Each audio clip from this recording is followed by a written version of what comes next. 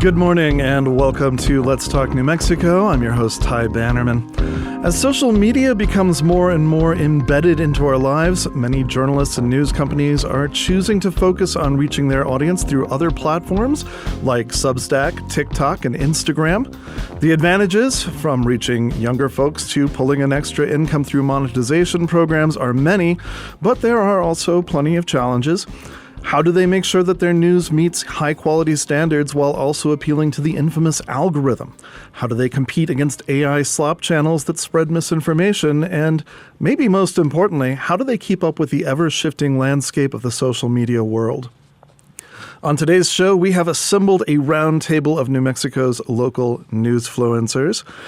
Brave knights who do daily battle against the dark forces of apathy and sensationalism to bring important news stories to platforms that may often seem more suited to meme content and makeup tutorials. And we've got questions for you, too. What local news sources do you seek out on TikTok, Instagram, and Substack? How do you separate the wheat from the chaff when it comes to the information on your feed? You can share your thoughts by emailing us at letstalk@kunm.org, or you can call in 505-277-5866. That's 277-KUNM. Now, my first guest today is perhaps a voice that may be familiar to regular listeners, and that's KUNM's own social media wrangler, or officially communication and engagement lead, Mia Casas. Good morning, Mia. Good morning, Ty. Now, as I said, you may recognize her name and voice as a member of the news team here at KUNM, where she worked for 3 years, but she has recently made the change to shifting KUNM to a more social media savvy presence on the internet. How is that process going? It's interesting, for sure. It's something like you said, I've been working on for 3 years. It's something I took on when I started here at KUNM slowly, and now I have the time to fully dedicate myself to doing this work, which is really important. So It's going well because I have more time to do it now. What kind of challenges are you encountering? Yeah, that's a good question. It's always hard to keep up with trends and algorithms and what Meta, specifically Facebook and Instagram's owner, is enforcing on platforms. So, they are openly suppressing, quote, political content to kind of, create less of a divide between people on social media. That's kind of the language that they've used. And so news gets swept into that, quote, political rhetoric a lot of the time. So news isn't getting pushed as far on Meta platforms right now, but I think we're still doing very well. We're still getting really good engagement from a loyal following that we have built over several years. So tell me about a story that's done particularly well in that environment. We recently did a story. So Daniel Montano, one of our wonderful reporters, did a story on the Epstein Truth Commission and our Attorney General Raul Torres suing the federal government for unredacted Epstein files. Those were two different stories that were combined into one that he then did a Q&A live on NPR National. So we combined those stories into a social media video, and it did very, very well. People are very interested to see what's going on in terms of the Epstein investigation, and it's interesting that a lot of people don't think of New Mexico nationally. Right. We're kind of a small, quote, small desert state. So something big like this happening here is very interesting to folks. And that video did very well because, it has a lot of buzzwords like Epstein and investigation and suing the federal government. But also, Daniel did a very good job of his storytelling in it. We also collaborated with National Public Radio on that social media piece, and so it spread further to their national audience as well as our local audience.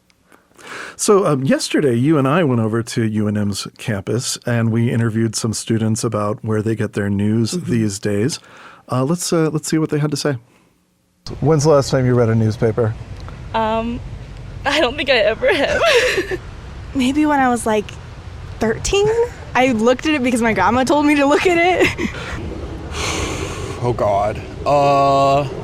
So where do you get most of your news, would you say? Mostly these days, it's been like social media type stuff. Mostly Instagram. Instagram, TikTok, you know. Substack is a great place to go. Mostly social media. I also listen to podcasts and I read articles online. So what are your thoughts on these responses, Mia? It's not surprising at all to me. I am 23 years old, so I'm a Gen Z person. And these people that we interviewed on the college campus are a little bit younger than me, but, you know, we're still lumped into that same group of short attention spans, needing quick satisfaction when it comes to our brain receptors and interesting content that's also informative, that catches you within the first 3 seconds of a video, right? So it is sad for newspapers and physical media, TV, radio, that these audiences are skewing away from traditional media. But that's not anyone's fault except for social media companies who have created these algorithms and ingrained this short form content into our brains that we have grown up with. So all that we as legacy news organizations can do is try to keep up. I was struck by the fact that, yes, they aren't necessarily picking up newspapers or tuning into television news or even radio news, but they are still getting news. And so it's not like they're willfully ignorant of the world. Many of the folks we talked to mentioned like Substack, which has long-form content or something like that. Do you feel like that's kind of representative? I feel like that's a very big common misconception, is that Generation Z, Gen Alpha, and even late millennials are uninformed and don't care about the state of the world. That's a huge rhetoric that we hear all the time about our generations. And it's not true. We care very deeply about what's going on around the world, and specifically about local politics and happenings. We care about what's going on in our communities. And it just happens that we get a lot of that information from social media. And that's why I feel my job is so important, to uplift my wonderful reporters' stories in order to have these folks who want this information, who are, you know, in their early to late 20s and, you know, late teenage years, getting that information in a way that is sustainable for them. Well, we're going to be hearing more from Mia in a few moments here, but I want to introduce my next guest, Lindsay Wood, owner and publisher of the hyper-locally focused Nob Hill News, a Substack-based news source that only covers a group of neighborhoods centered around the Nob Hill area of Albuquerque. And full disclosure, I have edited and written for the Nob Hill News. Thank you for joining me this morning, Lindsay. Thank you, Ty. So I think a lot of people think of anything based on the internet that's publishing there first as like very large scope in its nature, like it's going to be covering national stuff. But you have instead made a very deliberate decision to make Nob Hill News extremely focused in one geographic area. Why do you think that being more local rather than trying to reach a bigger audience can actually make a news organization more valuable? You know, we like to say that if a community can support a coffee shop, a dry cleaners, a restaurant, that they can support a journalist in their neighborhood too. And so coming into that local community level is where we find a lot of engagement. People really care when it's something that's happening on their block or their park or their kid's school. And you've described the idea as essentially kind of creating a small town newspaper inside of a big city. What happens when journalism gets small enough that the reporter knows the neighborhood, attends the meetings, and becomes a person that residents actually know? Trust. I mean, that's the word that comes to mind, is when we're at the meetings and they know us and they have our number and our email and they can reach out to us, there's a lot of trust. And also, they can see what we're reporting on. I mean, we're reporting on their park that's next to their house, so we can't pull any fast ones on our readers. You can't lie about the park? We so can't there's lie. No park? They'll call us out. So when we spoke in our pre-interview the other day, you said something that I thought was kind of provocative, that we've essentially trained audiences to believe news should be free. and that what you're trying to do is to untrain them. Why do you think people have become so reluctant to pay for journalism? Well, I think that once the internet popped up, newspapers, news outlets, they didn't really know what to do with this new medium. And they kind of just waved the white flag right away and said, here you go, here's all our content. We're just going to put these ads next to this and hope this works. And it hasn't, obviously. It hasn't. And so we need to come up with a new model, and that's what we're trying to do is come up with a new model that doesn't just work in Nob Hill, but that could be replicated. So we're kind of creating this recipe, this formula that I'm hoping other neighborhoods in Albuquerque and around the country could potentially learn from what we're doing and replicate. So how do you prove that you're worth paying for when there's so much free content out there? There are very few stories that we're reporting on that you can find for free online. Why Girard hasn't been striped yet, Right. for example. How do you find that people are reacting in the neighborhood? We get a lot of readers emailing us saying how much they're enjoying being connected to their neighborhood like this because, I've lived here for 2 decades and now finally I feel connected to what's going on in my neighborhood. I know who my neighbors are, who owns this local business. There's a lot of value to being able to connect that deeply to your neighborhood.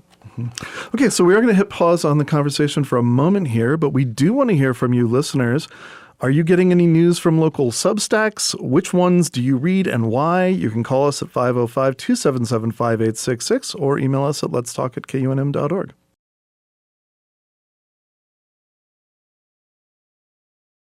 This is Let's Talk New Mexico. I'm Ty Bannerman, and we have rounded up a group of local social media reporters and journalists to talk about getting their work to the TikTok, Instagram, and Substack generation. Would you pay for local news if it meant having a journalist specifically covering your neighborhood? Why or why not? Call in, share your thoughts and questions, 505-277-5866. And let's go ahead and bring in Joe Cardillo into the conversation. Joe runs the TikTok, Facebook, YouTube-based platform Disinfo Dad, where he fills in viewers about important stories from all across New Mexico, including recently the controversy around the Amira AI in New Mexico schools, union protests at area Starbucks, and in-depth updates on city council meetings. Thanks for joining us this morning, Joe. Thanks, Ty. Glad to be here. So, Disinfo Dad, that started as a project debunking conspiracy and fake news posts. And then I understand that people began coming to you asking to fact check things. When did you realize that this had become something bigger than just a side project? Yeah. Excuse me. Yeah, it was a little unexpected, I guess I would say. And I picked the name Disinfo Dad on a kind of a whim as a joke about, you can trust someone who puts the word disinfo right in their social media profile. So it's just kind of a silly thing. But what I sort of found was that, people kind of wanted to know the story behind the story. And I'm no longer a practicing journalist, but I was a business reporter quite a few years back and did some freelance work. And, so I know how to sort of fact check. I know how to look at sources and, and really welcome and encourage people to kind of think about how the news gets made because there's a lot of work that goes into it, obviously. And so, people would sort of come to me and sometimes I could be of help and sometimes I can't. I'm very good at sort of public records requests and looking at city council agendas and contracts and things like that. Where I've had to stretch a little bit more is when people ask about things like, is there an increased ICE presence in, my city, which right now we're hearing quite a bit of conversation about. That requires more on the ground, validation. And so sometimes those queries from people, I can help them kind of understand how that would be verified or how something would get looked into. And then other times I can sort of help people understand how to go look at primary sources like contracts. And in the case of Amira, which I think is a good example, you actually had a what is sometimes a common scenario as journalists are familiar. The contract for Amira, the AI reading assessment app through the state, was actually a subcontract, right? Yeah. It wasn't like a direct contract. And so that's a good example of the kind of thing that, people are like, okay, how does that work? Tell me more about that. And so you've kind of moved also from debunking into more like showcasing New Mexico news. How did that come about? because I have a lot of love and respect for the craft of journalism and the work of local news reporters, it's important to me to point people at stuff on the ground that's happening and the good work that's there. And I think also going a little bit back to something that Lindsay was pointing to is, I'm very upfront about it. I say it pretty often in my videos. I want people to be connected. I want people to understand and be connected to their neighborhoods and their neighbors. And I think, that kind of falls in that civic engagement world a little bit. Like, I think that if we're trying to solve for that trust problem that I think is at the core, we have to encourage people to get out and be out there with their neighbors and to look into things and to be connected. And, I'm not the holder of that. I'm not the expert there, but if I can help people kind of open a door and go look into something, go get connected, I'm happy to do it. Now, would you say that you're actually like kind of reporting the stories you talk about, or are you kind of consuming the original stories and then synthesizing them for folks on a different platform? That's a dynamic tension that I have to deal with on like a regular basis. And I am not covering local news in the way that, our local newsletters, KUNM reporters, TV, et cetera, are covering it. I am often doing something in the middle where I'm trying to help people understand why something is or isn't being covered.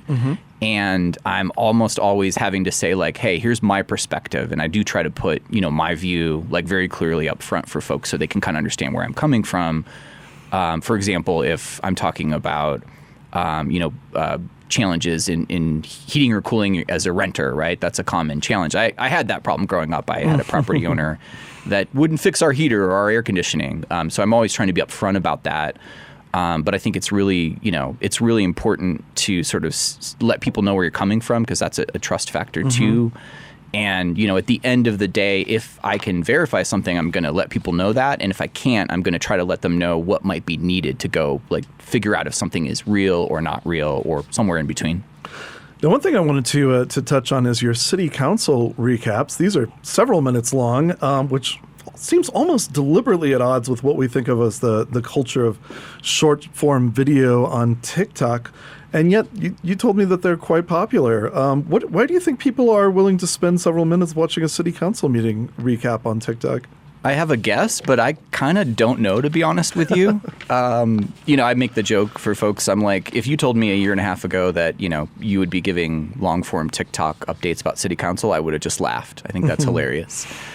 But I think there is a desire for people to be more connected, and Mia and Lindsay both kind of referenced that. I think there's a desire for people to know what's happening and to know potentially what their role might be in changing things in their own neighborhood and their own city. And it's an access challenge. And so I think people are looking for more context, more information. And I do also, I'm going to be honest about it. I do also, think that people enjoy a little bit of kind of like what they call the chisme or the rumors part of it. Oh. Like, it's fun. It's fun to hear about the fights between, some of the figures at city council. And I'm careful about that because it's not a lucha, like it's not a luchadora situation to me, but you'd get more hits if it were. It probably, but a 7-minute recap of city council is not really that exciting at the core. But I think people want to be involved, and so they want to better understand how things work so they can get involved. And I think that's true across all the generations. And as you mentioned, a lot of your stories begin with someone in the audience reaching out to you directly to look into things. Can you give me some examples of stories that you've covered that way? Yeah, a good example would be just a little ways back, there was this sort of question about whether Frontier and Golden Pride restaurants, had ICE agents going into those establishments and either just sort of hanging out there and looking for people that they could potentially detain, or just hanging out and using it as kind of like a workspace, like a co-working space, drinking some coffee, doing some work. That's actually a really hard one to verify. And so I tried to say that up front, but I did, get a chance to speak with an employee, a former employee, and then a couple of local community advocates who sort of monitor those types of situations.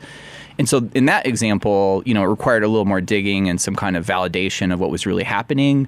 It's actually not clear. I think, the somewhere in the middle, this is one of those sort of somewhere in the middle things where I think there probably was some ICE activity in or around those restaurants, but we don't really know exactly what they were doing. And so it's a good example of, sometimes it's a challenge to try to understand the dynamics. And, I try to be also upfront with folks, like, you really do have to go, in some cases, on the ground and verify something. And that's a real a real skill for newspapers and journalists to cultivate. Right. Well, thank you. So our final guest this morning is Warren Langford, the co-founder of the multi-platform worker-owned news source 505-O-Matic.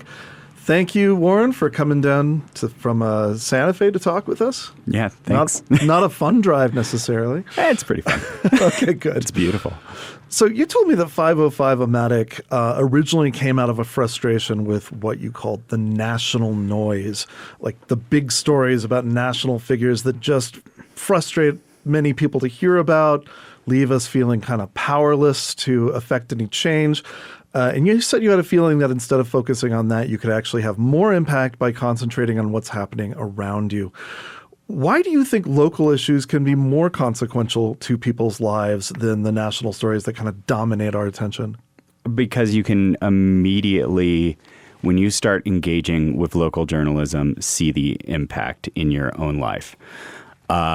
What I call it the dangling of the keys of the national story is doing is just making us depressed. When you start to look at what is happening around you, we say 5-mile radius or 505-mile radius around us, we've got a lot of people who are just looking for ways to improve their lives and the well-being of their community. And so when you start participating and when you start learning more about what is happening in your immediate vicinity, then you will see results. And I think a good example of that is what Joe and a lot of people, I think, had a guest last week talking about Amira. That Amira story, it blew up right away. And we saw immediate changes in public schools and the state PED backing off, and now there are changes throughout the state now that are going into place, and that's all because of the work that we're doing to amplify these stories. Now, you've got a pretty good lineup of reporters. How many people do you have actually working with 505? It's around 10. It's fluctuating. We're a co-op, so we've got people coming in, coming out. We've had a people from, Source have come and joined us, and a lot of people who are in just different parts of the media landscape who are looking for ways to help, to join this mission of just, trying to amplify local stories. And when you say it's a co-op, what do you mean? How does that work in practice? We have a membership way you become a member. And then you can vote, and me and basically our board, our 3 executives, were voted in, and we serve at the pleasure of the membership. Mm-hmm. And so we're trying to be as transparent as possible. We're building this thing from the ground up, because we really think that is something that is missing from legacy media, mainstream media right now, is like a lot of people have lost the trust. They don't think that these name brands, like everything from NPR up to like ABC, CNN, like has now become more of a liability. But also they're awakening, I think, to this idea that this national story, what is happening on a national level, is going to affect their daily lives in ways that, aren't negative. Of course, there are things that are happening on the federal level that are affecting our daily lives, but you're going to see way more movement in your well-being and your happiness if you focus on what is happening at the city council in your city. Now, I know that you come from a journalism background. Several of the other folks who are involved do, but not everyone. Do you find that kind of diversity of background is helping the kind of content you do? Absolutely. I think, I think that there's a lot of things that are just dug in methods of treating the way we handle like stories that are not beneficial. And I think what we need is that outside perspective and that creativity to approach these stories in ways that are going to actually connect with people. Our whole thing is like, we want the story to connect with the people it's affecting the most, for people to care about it. And, if we get people who aren't being affected by that story to care too, that's an extra bonus, but they're the priority. Right. So, like I said, you have a journalism background. You deliberately chose TikTok and Reels as kind of an entry point for this 505-O-Matic project, even though that's not necessarily where traditionally trained journalists expect to find journalism.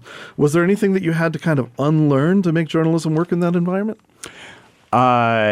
Yeah, I mean, we're taught like the inverted pyramid and all of that stuff.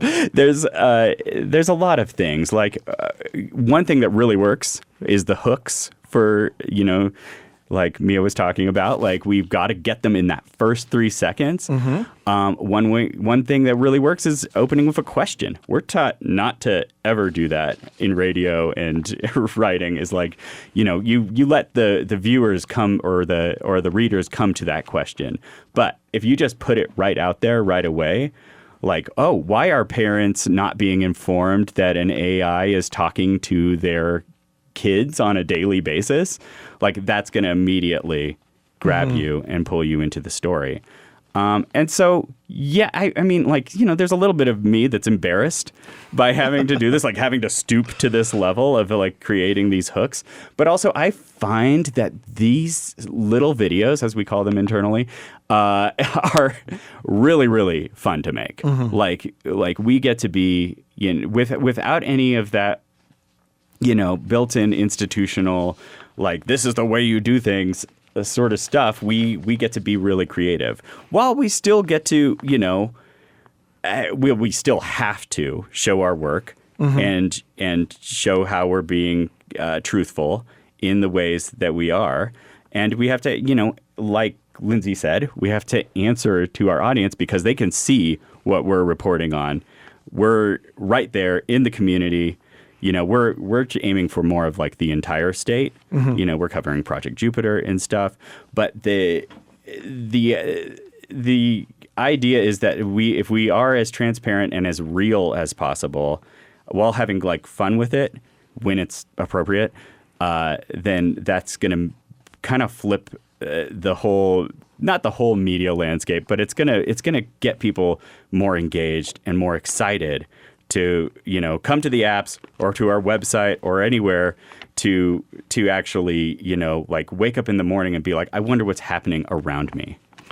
At the same time, I wonder if there are certain trends in the TikTok universe of news creators that you purposefully kind of stay away from. I'm thinking about like rage bait or kind of more deceptive practices. Are there things that you see other creators using that are absolutely not happening with your team?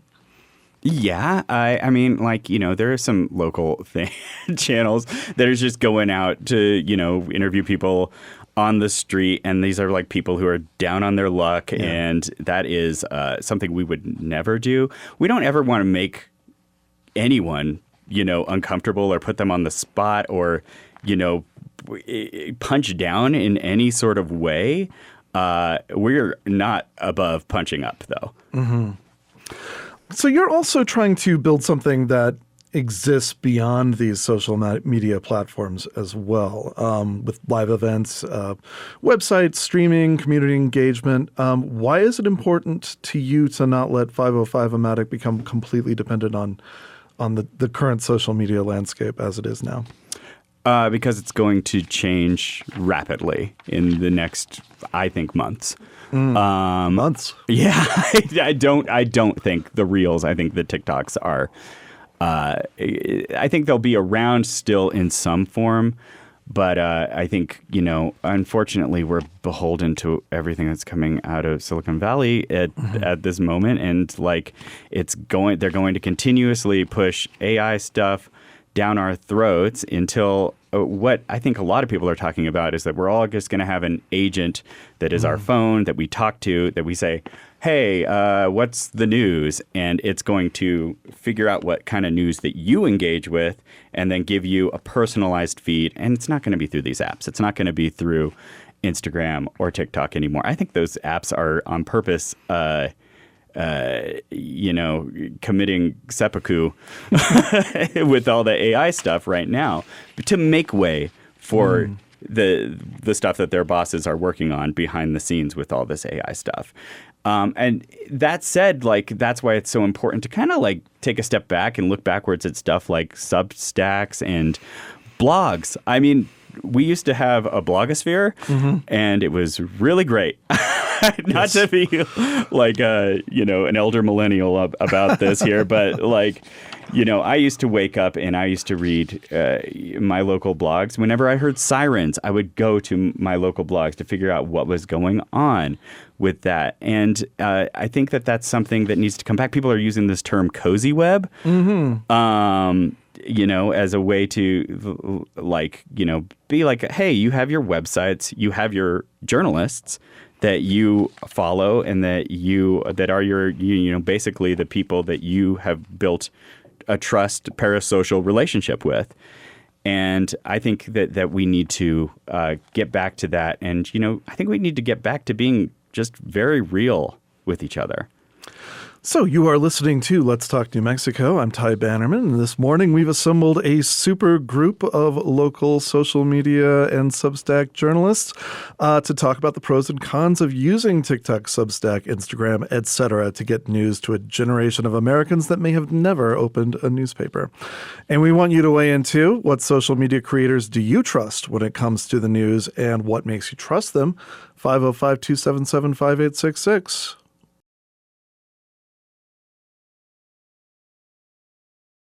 It's Let's Talk New Mexico on 89.9 KUNM. I'm Ty Bannerman. We are talking about the pros and cons of social media journalism.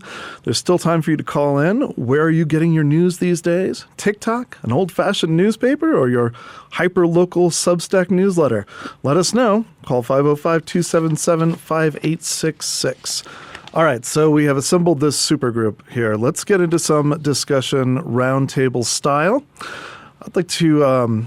So we're going to start with talking about the audience approach. Each of you is approaching your audience pretty differently. Nob Hill News, hyper-local, subscription-based. 505-O-Matic, experimenting with short-form social media, community events. Joe is using social media to explain local government and to combat misinformation. And our own KUNM here is trying to bring a legacy public radio audience into the social media era. What do your approaches to social media journalism give people that they weren't getting from traditional media? I'm going to start with you, Mia, since you're kind of bridging that gap. Yeah, I think the biggest thing that we are providing that wasn't there before is the visual of who is telling you these stories. I think that people want to know who they are listening to more than just a voice. So when folks come on to their social media feed and see Daniel Montano telling you about something that just happened in the federal government as well as the local government, or Bryce Dix, our Morning Edition host and reporter, telling you about environmental impacts that different things in the state are happening. And people enjoy that. It feels human, like amongst all of this AI slop that we're seeing, all of this disinformation online, people are craving humanity. And so when you see your reporter that's giving you this news, people love that. Lindsay, with the hyper-local Nob Hill News, do you agree with what Mia's saying? What are you finding in your own experiences reaching out? Well, I think what the internet has provided was an opportunity for an unbundling of news. So traditionally in the newspaper, the news, the sports, the classifieds, they were all in one package. And so now we can unbundle topics, but we can also unbundle communities. So Nob Hill can focus on their news, North Valley can focus on their news. And I think that's the way in which this has benefited us the most. And what do you think, Joe? Disinfo Dad? Yeah, I mean, I definitely relate to what Mia shared. I think it's the core question is about trust and connection, and how do we get to better know the places that we live and the people that we're around. And, anything that brings it back to connecting to what's happening in your world is important. And I think also just thinking about something that Warren said about kind of like the model and sort of the profit making of these massive tech companies, that's not really typically of interest. What's of interest to them is to sort of get us to like be at our most extreme, sad, anger, happy, whatever. It doesn't matter. It's all sort of the same, attention economy, profit making opportunity. And so, some people would sort of call it bringing the temperature down, but it's really about trust and connection, and also, working things out locally, because it's not all fun and games, right? There's a lot of hard work that goes into the question of whether a neighborhood is functional and people are connected and people are getting what they need, both in a sort of a physical safety, real like everyday way, as well as like our emotional and our social connections. And Warren, your thoughts? I mean, I think that, one thing that, yes, everything you guys said, I think we're kind of like all on the same page there. But I think one thing that we're trying to do as well is to meet the moment in a way that like aligns with what we're seeing across the country, where we're just seeing like, at least on the left and a lot on the right, a rejection of the establishment, the way things are and the way things are supposed to be. The status quo is not working. And so we need to at least show that we're exploring alternatives. Right. We have a phone call from Mike in Nob Hill. Mike, what is your question today? Yes, my question is that it's kind of, it's disheartening to hear that most of our younger people get all of their news from social media, which I think is kind of distorted. And my question is how to get our younger people to actually maybe open up a newspaper and read it. And I get most of my news, Nob Hill News. Oh. Albuquerque Journal, New York Times, and National Public Radio and PBS. Well, let's throw this question to Mia, since I feel like you're the closest to the younger generation here. What do you have to say to Mike's question? Yeah, first of all, I want to thank Mike for his concern of just wanting to keep younger generations informed. I think that is a big thing that I hear about, like, oh, these kids are doomed. Mm-hmm. They're doomed. They're not getting any information. All they do is scroll on the TikTok. And yes, that is true. We are glued to our phones, as not just our generation are, millennials, my grandparents. But what we are doing, everyone at this table, is getting people the information they need from fact-checked sources, from reliable, trustworthy, trained journalists or educated people who care to get real information out in ways that are consumable to our audience. So yes, of course, in an ideal world, we want a 15, 18, 23-year-old person to pick up a newspaper or turn on the radio or tune into the TV news. That's not reality. That's not the world that we live in. And so what we can do is meet that audience where they're at, rather than asking them, oh, come here, meeting them where they are with the information that they actually need. That is sustainable for them. We are making it happen on this side. That is apparent from this group of amazing people here at this table today. Yeah, and Lindsay, this is one of your readers, which I thought was interesting. So you're not a traditional newspaper, though. Mike specifically mentioned that he does read Nob Hill News, but you don't have a published newspaper. How are you getting the word out about Nob Hill News to people who are not used to getting their stories from internet-based sources? Well, thanks, Mike, for being a reader. And, his question made me think of something, which is with fewer and fewer journalists out there, there are fewer and fewer journalists covering youth. And one way to get youth interested in the news is when they actually show up in the news. And so with our community newspaper, we're able to highlight often what young people are doing or what's happening at a particular school or an event that might be interesting to youth. And so I think by engaging with them on that level, then it might encourage them at some point. I mean, I know when I was in college, I didn't have a line item on my budget for a newspaper. But you had a budget with line items. That's impressive. So I think, I think people slowly learn how to become civically engaged generally. It's a process. So Warren from 505-O-Matic, one thing that Mike mentioned is his feeling that social media-based news is often distorted. How do you combat that impression? By showing our work. I think mostly is just like, you're going to get everything out there. I mean, like specifically, Mike, you're getting what your algorithm is showing you. And maybe it's showing you a lot of stuff that is skewed.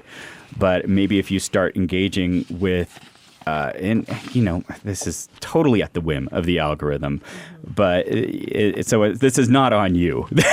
You're not getting this stuff. But if you start engaging with stuff that is more, fact-based, then you're going to get more of that stuff in your feed. I find, that I am now seeing more and more of the kind of stuff that I am connecting with, especially like when it comes to like this, like AI stuff, I'm not seeing as much slop in my feed anymore either, just by, I think pointedly being like against it and like not liking it and whatever.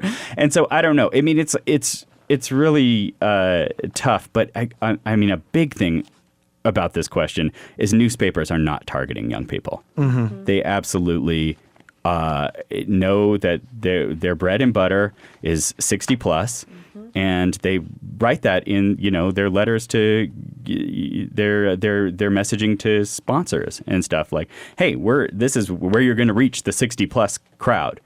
And so that's disheartening for me. I think radio stations have a better chance than newspapers do. And so I'm very excited to see how this shapes up with you guys. But the idea that, I mean, like when you listen to that clip you guys played, like it's almost like we don't even know this exists as an option. Yeah, right. Right, exactly. Joe, Disinfo Dad, do you have any comments for what Mike had to say? I think just, the piece that's important is the showing your work is something that most, journalists are aware of, but it's about connecting people to what is going on. And, I think a really good brief example is I recently did a very informal write-up on sort of the PNM Blackstone acquisition. The massive private equity firm is trying to buy our public electric utility. And, granted, not an expert, have followed the company for quite some time, but I went and sort of looked at their integrated resources plan, which is a 20-year plan. If you want to understand the electric grid and transmission, please do take a look at it. It's a public document. And so I gave people a little bit of like here's sort of what's in it. Here's some of the options that our state could take besides selling our public utility to a private equity firm. A worthy question, as I think, Warren was sort of pointing to earlier, like, should we sell this and what else could we do? And so I think there's a lot of room for that type of trust and connection, but we do have to show our work. And I don't perceive social media as a particularly different medium, except that it is controlled by, corporations that are interested in capturing and keeping our attention and making money off of it. And so we have to be aware of that, but it is just another medium, and we have to teach our audiences to sort of have a good diet, right? Have a variety of things. Like, don't trust me. I tell people that sometimes. I'm like, I'm making videos on TikTok. Don't that should not be the only thing you are looking for on this source. You really do need to go out and do that work, and we should be teaching and encouraging people to like make those connections. That's not easy work, but it's important work. So something that I've been wondering about when it comes to social media-based journalism is how do you become sustainable from a monetary standpoint? So Warren, I'd like to talk to you about how 505-O-Matic is on the road to profitability. Like how do you do that? We like to think we're on the road. It's turning our followers into dollars. No, this is the hat trick, right? Like this is the one reason, or a big reason, why companies like yours haven't made more of a push towards this. We as an institution would never take money from Meta. Like, we're not going to monetize our channel. We think that's a no-go. We would much rather kind of jujitsu everyone over to our website and hit that subscribe button, and that become the way that we are, mostly community supported, like you guys say. Like, we're, because of, blog readers like you were supported. And so like that's really like the pie in the sky goal. But we have taken contracts from like nonprofits that we, align with, and we're very, upfront about that. We've kind of become a little bit of a production house for them. Like, we've made a series of videos for New Energy Economy that we're very proud of, and those are not newsy. And they do show up on our feed, but we're very upfront about like where this is coming from, and that this is like, advertising essentially for this nonprofit. And sponsorships, like our live show is sponsored by a local bank, which is, not something you would generally associate, but it is like a local thing at least. And just very much, I think when you're talking about sponsorships and partnerships, you have to be sure that like, okay, does this like, and we're a co-op, and so we vote on everything too. Is this aligning with our views? Right.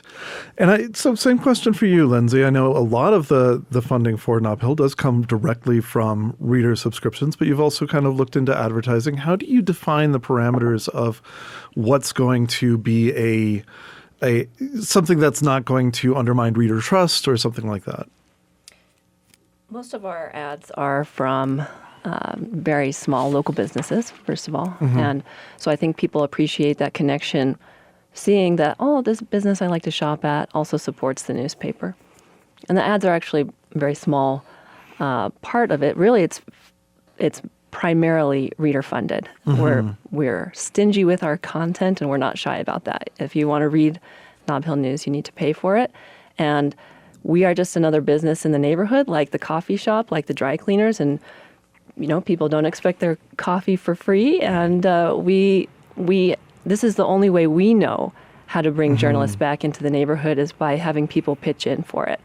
And it's a reasonable price. It's only about $100 a year. And I think people are willing to pay that. And we're trying to prove that, sure, there are a lot of models of journalism that could work, and this is one. I see. And Mia, obviously things are a bit different with public radio, but do you see any effect of like people coming to donate to KUNM because of content that they're seeing on TikTok or something like that? Yeah, I don't have like a direct metric of like followers to donors, but I know that twice a year we post on our social media about our fundraisers that are happening the second week of September for this year. Coming up. Yeah, it's coming up. Our fundraiser's coming up. So we definitely push that on our social media. We have the donate button on our social media, and it's beneficial to us, and it's all about the funnel, converting audience to donors. Well, we have reached the end of the hour. I want to thank everyone who was here today.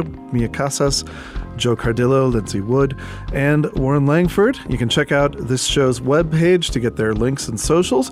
You can comment on this show by email at letstalk@kunm.org or find us on social media. We are on Facebook, Instagram, and TikTok. What is the... KUNM 89.9. That was KUNM 89.9. Look for that. Audio from today's show will be up on our website soon, and you can also watch the episode on the YouTube channel later today.